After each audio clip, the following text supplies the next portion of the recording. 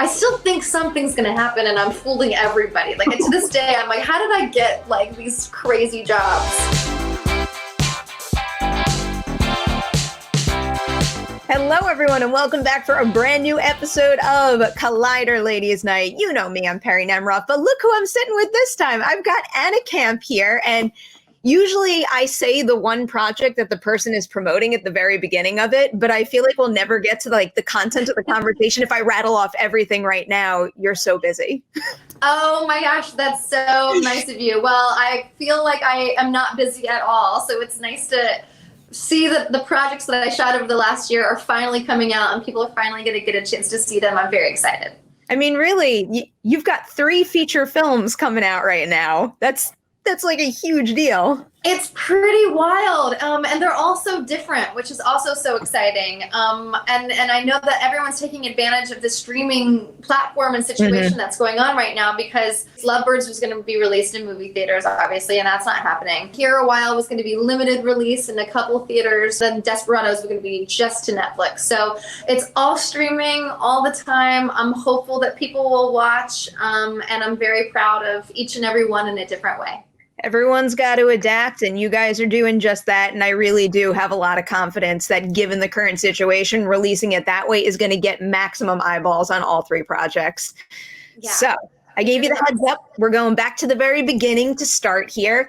Okay. When you were a kid, before you even got into the industry, what were you watching for fun? Like what were the things that shaped your taste in entertainment? Oh, wow. That's a really fantastic question. My sister is 7 years older than me, and she is also an actress. And now she teaches theater to kids. And I kind of grew up watching what she watched, which was actually like really old, classic, beautiful Vivien Leigh movies. Like Gone with the Wind was a huge one. I'm from the South. And then I kind of fell in love with her as an actress and watched, every movie over the course of her career.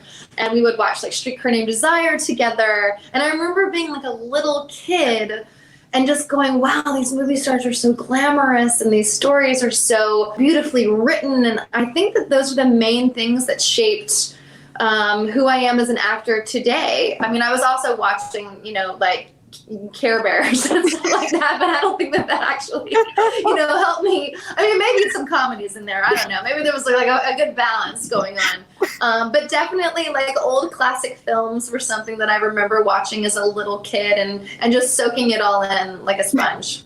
I feel like that was a very tasteful sampling of what you were watching, and I'm sitting over here watching, I don't know, like Nickelodeon shows, and I was obsessed with I didn't have Nickelodeon.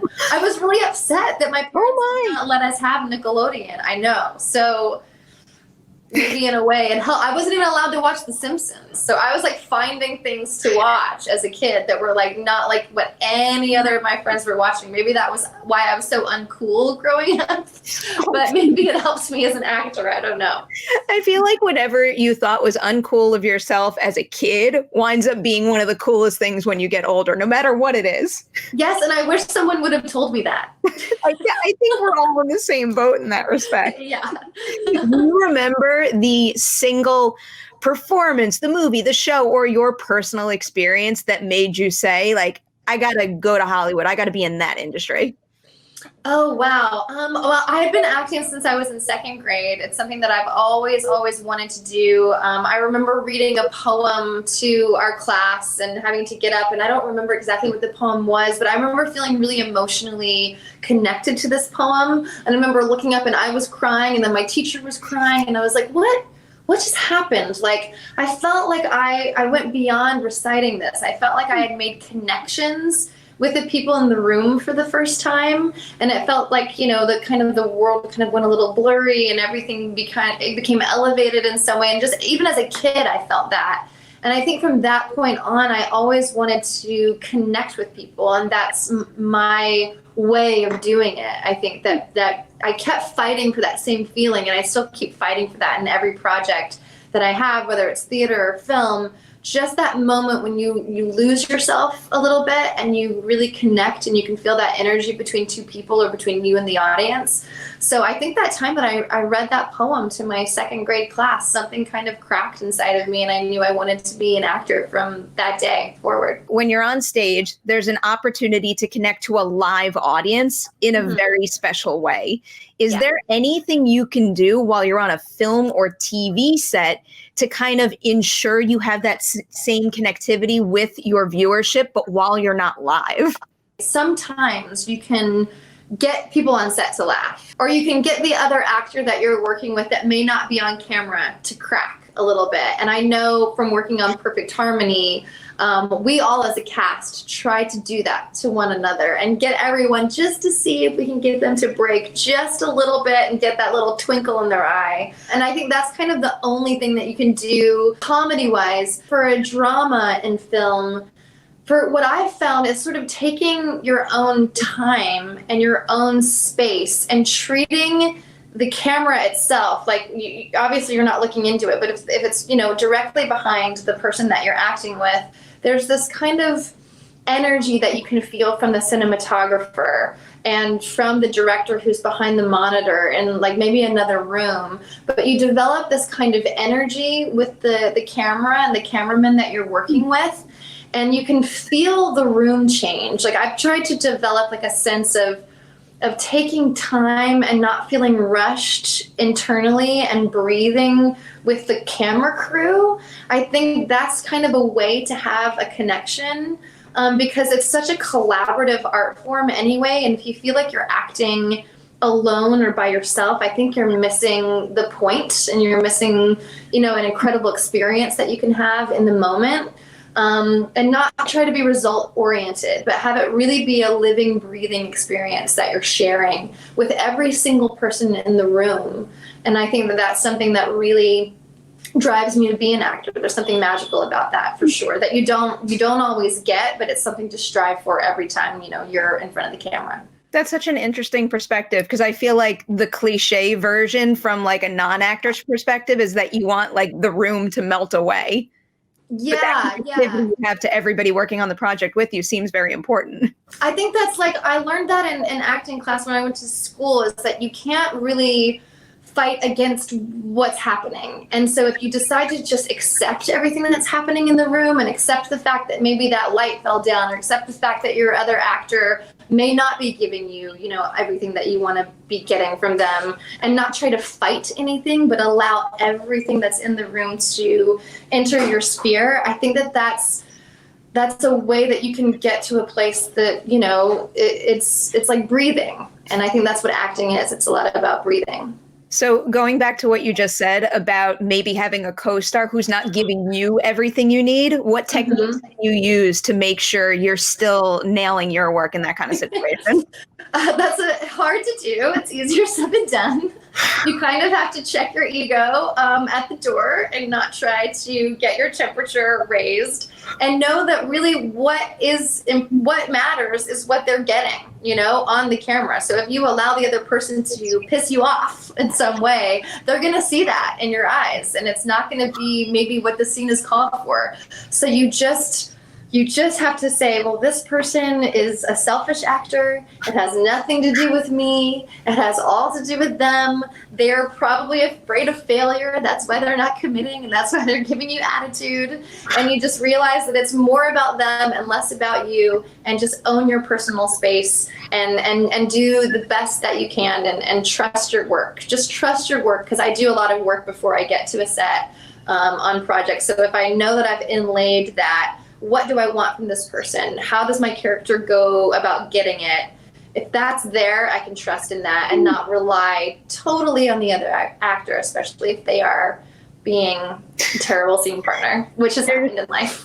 Oh, I can imagine. There's something about that advice that I feel like you can bottle up and like hand to anybody in any field, just to like keep it composed when someone's giving you a problem. Just know that it's not about you. That people are more concerned with themselves like 99% of the time. So if you can like know that and own that, then be like, I'll never hopefully have to see you again. Or if I do, then maybe we will have to sit down and have a conversation.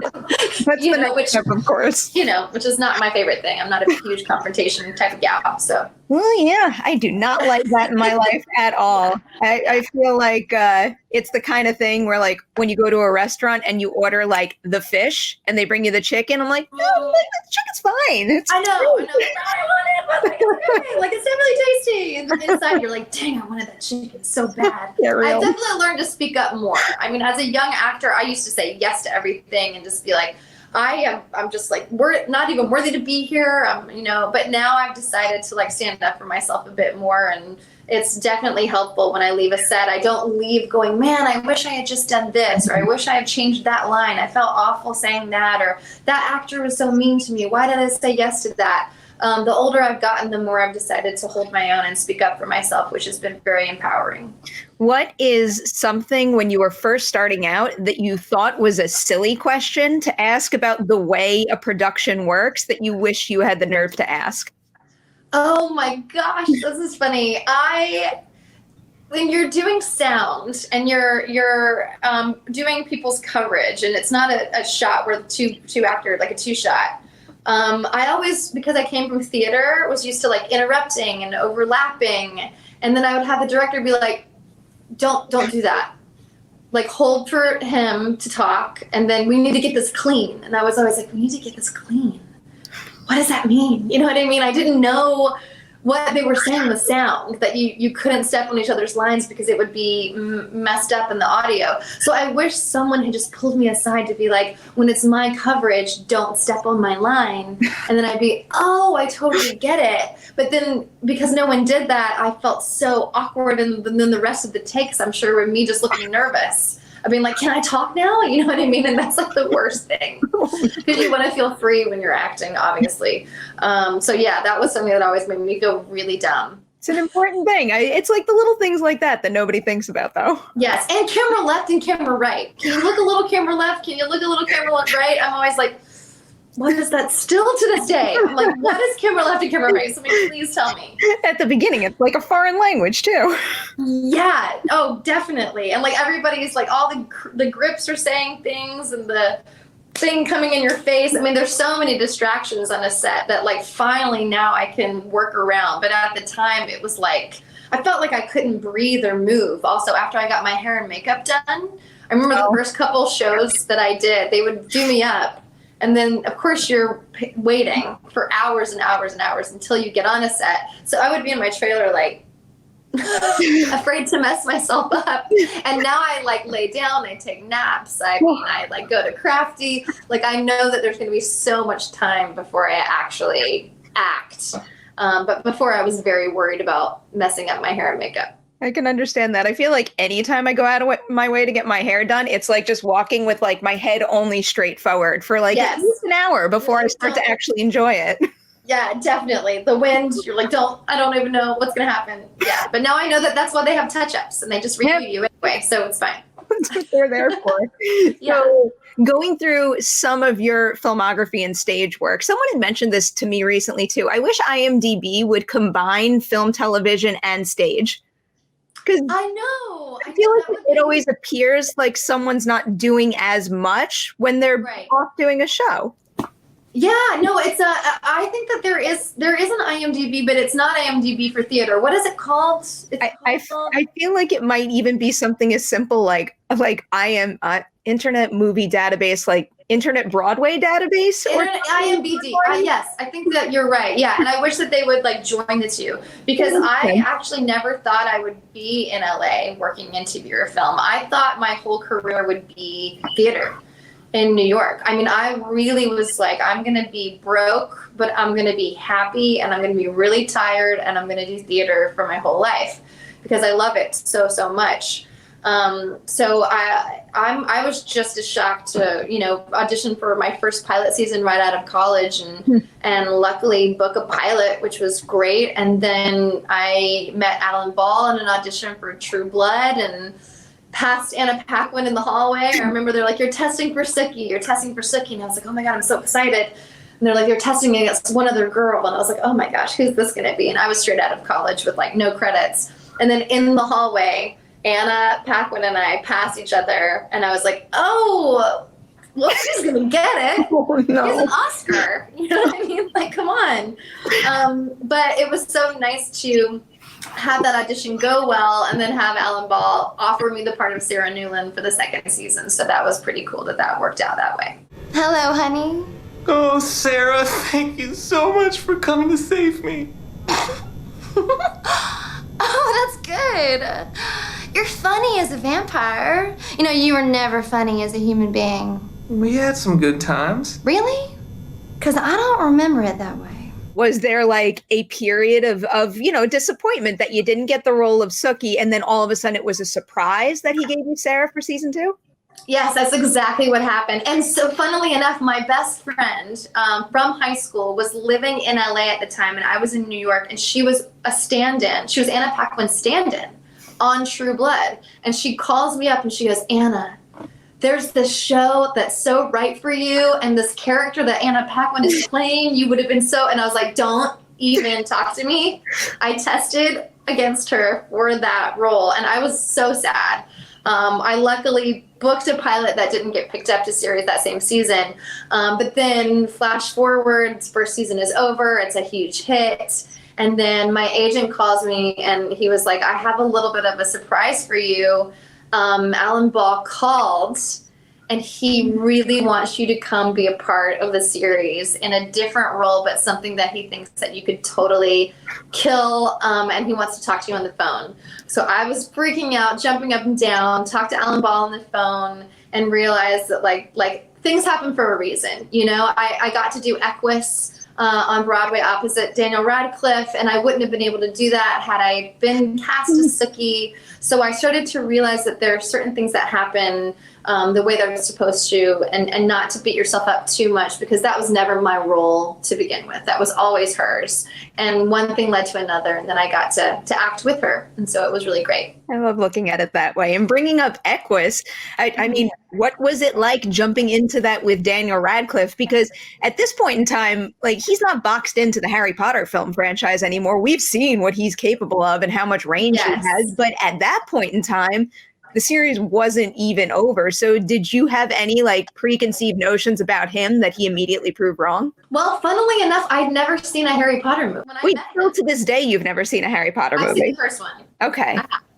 And I liked it. But there was some reason why I didn't keep going is because I knew Dan. Like, I knew Dan as Dan, right? So I didn't really want to continue seeing him as Harry Potter, even though I loved the first movie. It was just really cool to go into rehearsal and just know him as Harry Potter, but not have developed kind of this relationship that a lot of girls my age had, you know, with him. I mean, people all over the world had developed this relationship with him as Harry Potter. I definitely was nervous to jump into a show that had been in London on the West End previously, and I was, you know, one of the few Americans that were cast, and I was definitely freaked out about my accent, like if they were going to think it's good, you know, I'm from South Carolina, can I do this?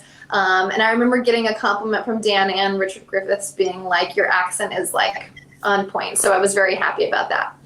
Did accents just come naturally to you? Because one of my favorite things that I saw on Twitter in response to the Lovebirds was how many people were just so excited about your accent. I know, I get that sometimes. I think I'm not afraid of them. You know, if you're not afraid to really commit to them, and there is that Southern accent that, like, I mean, my parents still talk like this, you know what I mean? Like, they live in South Carolina. They talk like this, all my friends do. So that's something that I love doing. I love playing a Southern accent and playing a Southern woman. So to see people like respond to that and respond to it well, and if I can make them laugh, you know, I think that I'm doing a good job. So I'm not afraid of trying an accent. I'm sure I'm not great at all of them, but I'm definitely not afraid to see what I can do. You're probably great at a lot more of them than most, because I can't do a single one there. Speaking of all of your TV opportunities, you've also been able to guest star on, I mean, there's shows on your resume that are going to go down as some of the best television shows of all time. So True Blood aside, what are some of the guest appearances that have, I don't know, maybe intimidated you the most, given the fact that those shows were so huge at the time? Yeah, I mean, I was a huge fan of Mad Men. Huge. It was my favorite show, hands down. And then I get a call from my agent that I have an audition. And I freaked out because I was like, this is my moment. Like, I have to land this. If I don't land this, I'm going to be forever regretful that I could have done something better. And I did my hair and makeup all 1960s. I wore a dress that was my mother's from the 60s. And I go into the hallway, and it's for Matthew Weiner. It's just for him, and then there's a reader. And all these girls are lined up, and they all look beautiful, and they all have their hair done, and everybody's like the typical audition, you know, in Hollywood, downtown at LA Center Studios. And I get called in, and I have a question because the sides are, I'm on a date with someone, but it doesn't say who. It says like, I forget, like Dan or something like that. And I go into the room, Matthew, and I'm like, so nice to meet you. I'm such a fan of the show. Like, so happy. You know, my heart is jumping out of my chest. I'm sweating. And then I go, I just have a question before I do the scene. Just in context of the show, who is Dan? And he goes, doesn't matter. Don't worry about it. Just do the scene. And I was like, oh shit. Like, already I've pissed off Matthew Weiner. He never wants to work with me, whatever. So I'm like, okay, yes, sir. You know, I do the scene. He gives me some notes. I don't remember what they were. I do it again. And then he's like, thank you. That'll be all. And I'm like, I didn't get it. You know, I felt in I walk out, I throw my sides in the trash. That's how I felt. I get in my little VW bug. I like take my heels off. I'm like, well, that was my one brush with Mad Men. You know what I mean? Like, so close. 2 days later, I get a phone call saying that I booked it.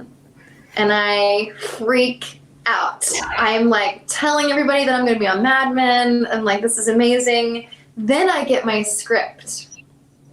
And I'm going through the script. And I say, wait, my character's not on a date with Dan. She's on a date with Don. Don.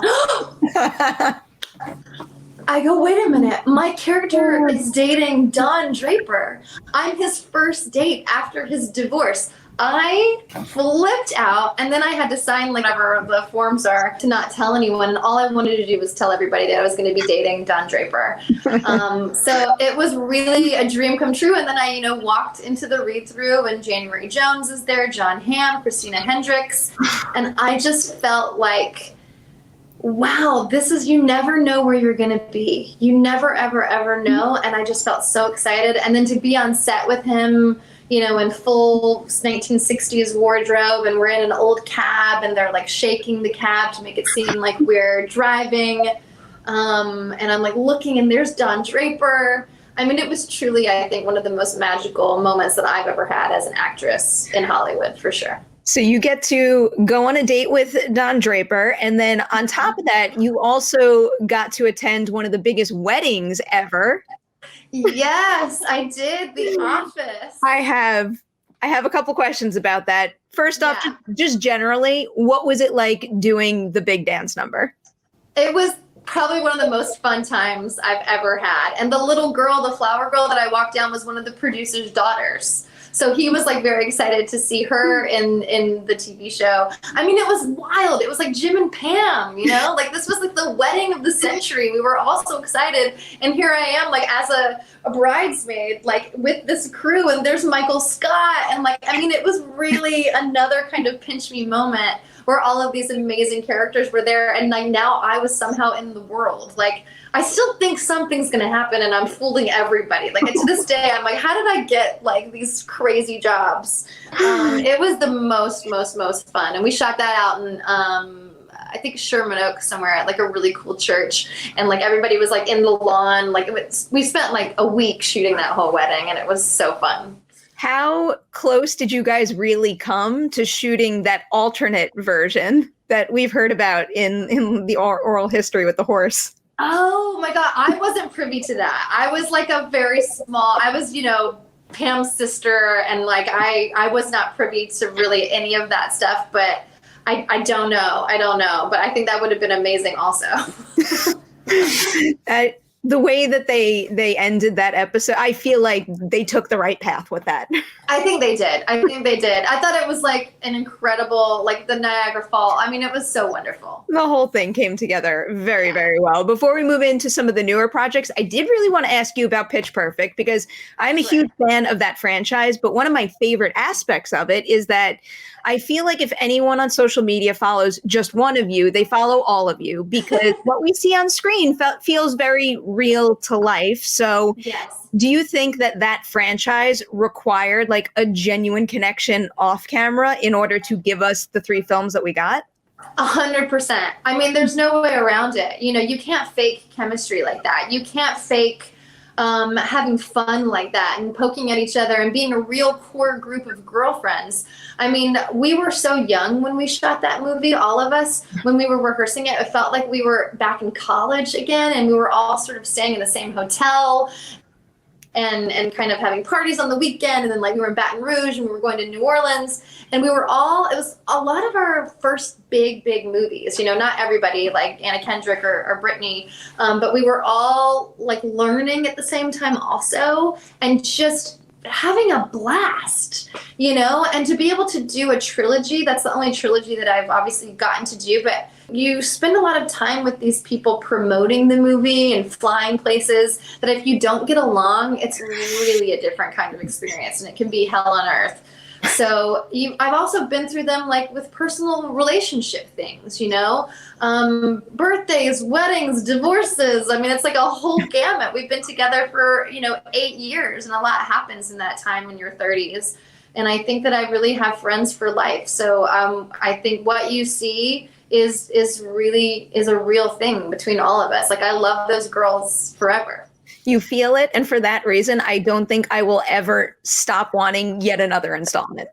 I know, we want to do one. We all would be like, come on. We like want to do it till we're, old and we're like acting in like a retirement home. I feel like but seriously, I mean, I'm almost like thinking about taking a Richard Linklater approach to it now, where we just like every 5-10 years, you guys have to reunite and do something similar at a different stage of your life. Oh my God. I would love. I would want to see like what's happening. Like does Fat Amy have kids? You know what I mean? Now, like did Fat Amy and Bumper like have a thing, have a family? I mean, how cool would that be? Like in about, 5 years to see what happened to all of these characters that you know and love. And I'm sure that like they can put us into some wild, crazy situations. And the fans have been so supportive, and they really have grown up with us and with the movie, and they've followed all of our careers, I think, which has been so lovely.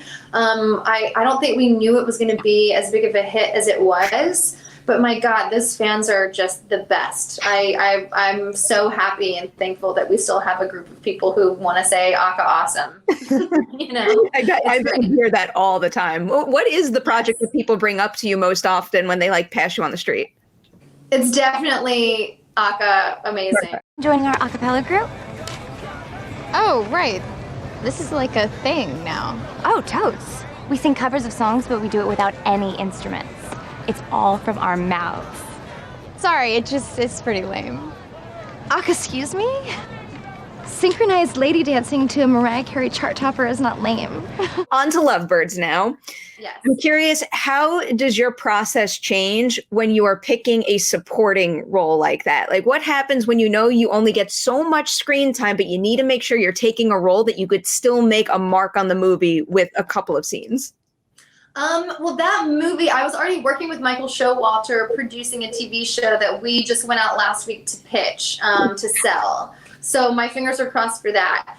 We were working together, and he offered me that part and kind of wrote that part for me, because that role was actually originally written to be a man. And he decided that he wanted to put a twist on it and write it for a woman. So he sent that to me and was like, we'd love to have you in the movie. And then I read it and I was like, oh my God, I'm torturing someone with like bacon grease and like a horse. Like, what is this? This is insane. Like, I love Kumail and Issa Rae, and I love you, Michael, but like, what's going on? And he was like, listen, if anybody can do this, you can do this. Don't be scared. We're going to have fun. It's going to be wild and crazy. So I was like, okay, I trust you. This is nuts. I just love the smell of sizzling bacon, don't you? And you're first, Mr. Bing Bong. Edie, may I ask a question? Do I get to know prior to making my decision where you'll be pouring the grease? Yeah, it'll probably most definitely be your face. Who was your go-to person on that set when you wanted to know if a laugh was landing? Are you looking at Michael? Are you looking at Issa and Kumail? Who is it there? I think it's a little bit of both, you know, definitely. Issa and Kumail were right there, and you can tell when you would get them, like they would get like a little twinkle in their eye, like going back to trying to crack people up, just being like, I'm going for it right now, and I'm gonna like be the craziest Southern woman that you've ever seen. And I would get Kumail a couple times. You'd notice a little twinkle, and he was always so loose and fun. They both are like, don't mind kind of like cracking a little bit and giggling, especially at that hour of the night. Like you can't really hold it back sometimes. So I would definitely be checking in with them for sure. And then Michael would be, you know, around the corner behind the monitor being like, do it more, go crazier, you can't fail. You know what I mean? And I'd be like, okay, I'm going, this is wild, I trust you. What's the biggest take that you might have done in that scene that they didn't use? Like how big can you really go in a moment like that? Wow. I mean, I think like there were times where I was yelling at Brett, my husband, to like, go get me my damn pan. You know what I mean? I think that there was a time where Michael just wanted me to like scream that, which I'm actually glad that they did not use. I think he used like the right level of take. But I think that I screamed at some point, like, go get me my goddamn pan. Like it was crazy. And I was like, please don't use that. I just want to know what the person next door was thinking about all of that. Luckily, it's just a soundstage. Okay, good. Hear anything, so that's good. So going back to something we were talking about earlier, so you have Lovebirds on Netflix. Is there anything about the response to a movie hitting a streaming service that makes you really excited for one of your next movies to then drop on Netflix, Desperados? Yeah, no, I'm definitely really excited. Hopefully, you know, we went to #1, which is so cool. Lovebirds did. We're very excited about that. Desperados, I just saw a screener of that a couple weeks ago for the first time, and that was a wild movie to shoot. I mean, we shot that half in Mexico City, half in Cabo San Lucas, with a really wacky, wild script. Like crazy things happen in that movie also, and that really came together incredibly well too. So I'm hopeful that if people, you know, liked me in Lovebirds, I definitely have like a way bigger role in Desperados and a different role. You know, she's not Southern. She's definitely not that crazy. I'm a little more like, I would say Aubrey from Pitch Perfect, but grown up with a kid. But definitely, you know, Brooke is an alcoholic. She can't wait to keep drinking all the time. She's really stressed out, and that's how she deals with Nassim's character in the movie. And it's just like a fun, wacky girls trip, wild ride that I think that people would love to be entertained by right now, especially at a time where you can't go on a trip and we can't travel and we can't go anywhere. Luckily, you can, you know, watch Desperados on Netflix and feel like you're on this wild adventure with these crazy girls in Mexico. This sounds like exactly what I need right now. And only because anytime I think of Cabo, I went on my first trip to Cabo last year and we went to, did you ever visit that? I think it's called Wild Canyon Park with the zip lining and bungee jumping. I didn't. I wish. I've never, but I've always wanted to go there. It looks so fun. Would you do it if you had the opportunity? Would you go bungee jumping? Oh, bungee jumping, no. Oh, okay. The zip line's okay though. Zip lines, yes. I would actually, this is crazy, I would actually rather jump out of a plane than bungee jump. It makes a lot of sense to me. Yeah, because I just would rather feel like I'm flying through the air and like do that instead of like feel like there's a rope that could snap at any moment and the ground is right there. I just couldn't do it. I couldn't. That's very fair. It's a smart choice because when you go skydiving, you're attached to a professional. So they kind of walk you out of the plane. Whereas bungee jumping, it's all on you to like hurl yourself off that platform. You couldn't pay me. You could not pay me money. If you ever get the itch, I would recommend it. It's fun. Okay. It's fun. I believe you. I would rather zip line, but understand. It's to know if I ever do that. Okay. Perfect Harmony. I know that we were waiting until about now to hear an update on that. Is there any kind of forecast that you're aware of? I mean, what's going on here? Oh my gosh, there's nothing. NBC is like really holding on right now to all, they're like the last people to pick up anything. And we're on a group text, the entire cast, And it's probably one of my favorite casts that I've ever gotten to work with. I love them so much. We know nothing. We know absolutely nothing, and it's really frustrating. I think by June 30th, I think is the last day that they have to let us know. Okay. So my fingers are crossed. You've got a lot of people out there rooting for you on that one. The other one that I wanted to bring back here is Good Girls Revolt, because Yes.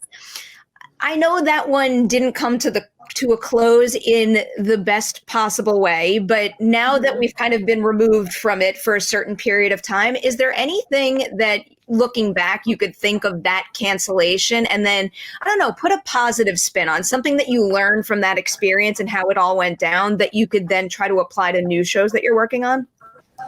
My God, it was such a pivotal time. It was right before the election. It was right before all of the Me Too movement, and it felt like such a good time to be making a show like that, where women were coming together, and we were focusing on sexual harassment and getting, equal opportunities, and it was just such an inspiring time to go to set to work on something like that. And then it all went down in this really frustrating way, to be honest. But if the one thing that I've gotten positive from that is that I still get asked about it from women everywhere, and men too. I think when restaurants were a thing, the last waitress that I had would be like, man, I really loved you in Good Girls Revolt. That show will always stick with me. If that inspires people still to this day and inspires women still to stand up for themselves and to keep fighting the good fight, I think that that's the hope and the beauty that came from that show. And it's kind of a timeless project, to be honest. I feel like you can always go back and you can always watch that show and get something from it. And if it inspires you to keep fighting, I think that that's a good thing. I like looking at it that way. I do want to get to one of your next projects that I'm very, very eager to see here a while, because I feel like most of our conversation, a lot of it at least, has been about your comedic work. And this, I watched the trailer and it looks very, very intense to me. And I'm sure there's some moments of levity in it, but what makes you want to commit to having yourself in that kind of headspace for the amount of time it takes to shoot a feature film? Really great question. I was so happy to see that the producers and the director, Tim True, wanted me for this role, because I don't actually really get offered things like this ever. People want to see me play that type A, bubbly blonde girl that I'm used to playing. And so I was so over the moon to go, wow, this is something like I've never gotten to do. And you guys see something in me.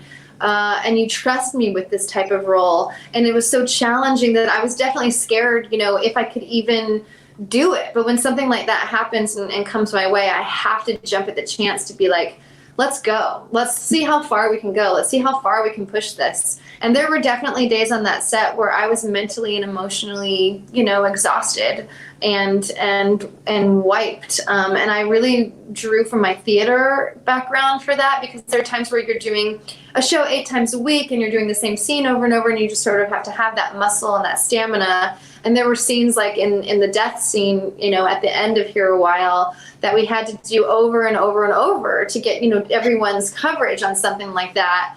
And it was really, there were times where when you trick your body into breathing a certain way and to really committing to the fact that you're telling these people goodbye and you are dying and your body is giving up on you, like chemically my body and my brain would start to feel sick, and I would feel weak and I would feel dizzy, and it was an odd feeling to have that I haven't really been able to have that opportunity as an actor so much. So it was really strange at times to actually trick your body into feeling like it was dying in order to, when the camera is this close, like you can't lie about something like that. And I really am excited for people to see something like I've never done before. I'm thrilled. I don't know the specifics of how the whole story plays out, but is there anything about the story where, it's a very tough subject matter to tackle, but what's kind of like the nugget of hope that the movie could offer someone? What's something that someone else out there can take from watching this movie that, might bring, I don't know, like inspiration or hope to their life? I really hope that people see this. It's about the Death with Dignity Act, and where your body is failing you, right? When you have a terminal illness, terminal cancer. Like my character has colon cancer.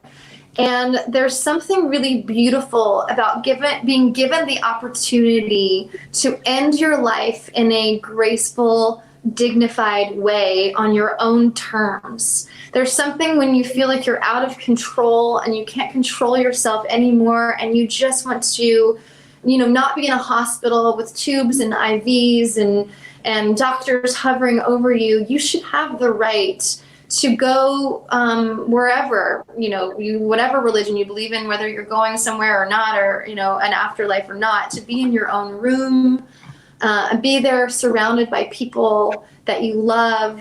Like, that's hope, I think, for people who don't have hope. And I feel like this movie hopefully will open up people's minds to that, because it's a very controversial subject anyway.